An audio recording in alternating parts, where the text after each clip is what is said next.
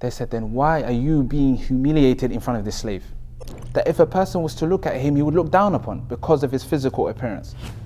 But as we know, that even rulers were humiliated in front of this black man. Alhamdulillahi Rabbil Alameen, wassalatu wassalamu ala Rasulillah wa ala alihi wa sahbihi ajma'in. Assalamu alaikum wa rahmatullahi wa barakatuh, brothers and sisters.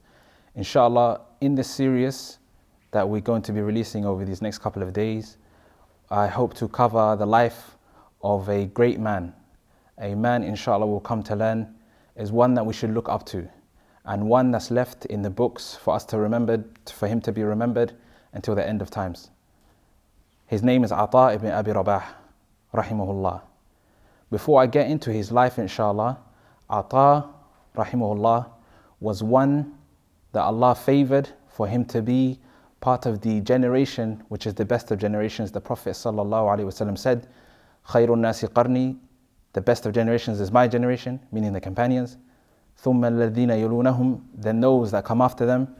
ثُمَّ الَّذِينَ يَلُونَهُمْ, then those that come after them. So the Prophet ﷺ said these are the three best generations. His generation, the companions, then the students of the companions, and then the students of the students of the companions. And Ata was from the second generation, rahimahullah. Ata ibn Abi Rabah, he was one that was a slave. And he was raised in Mecca.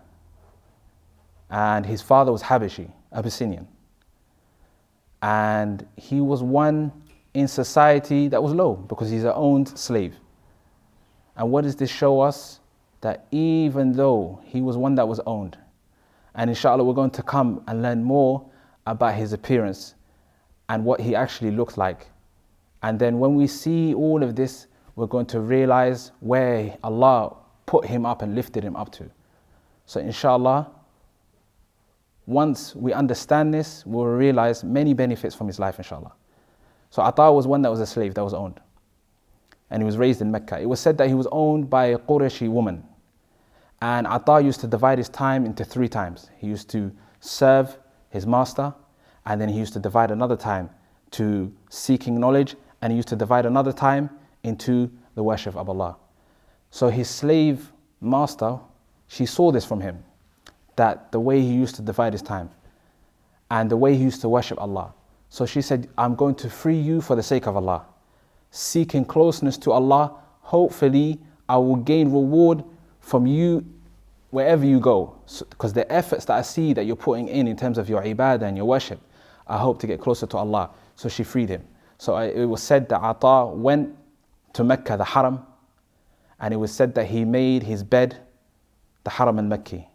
He stayed there in the masjid, day and night, and that was his bed. It was said he stayed there for 20 to 30 years of his life. Ata stayed in Mecca 20 to 30 years of his life, and he made that. What we take from this, inshallah, as a benefit, is that seeking knowledge is not done in a day, it's not done in a week, and it's not done in a year. It's your whole entire life. And for a person to ground himself up, because a lot of students feel, you know what, I've been learning for a year, I've been learning for 2 years, I've been learning for 5 years, and I still haven't reached that level. A person needs to realize that it will take you longer than that.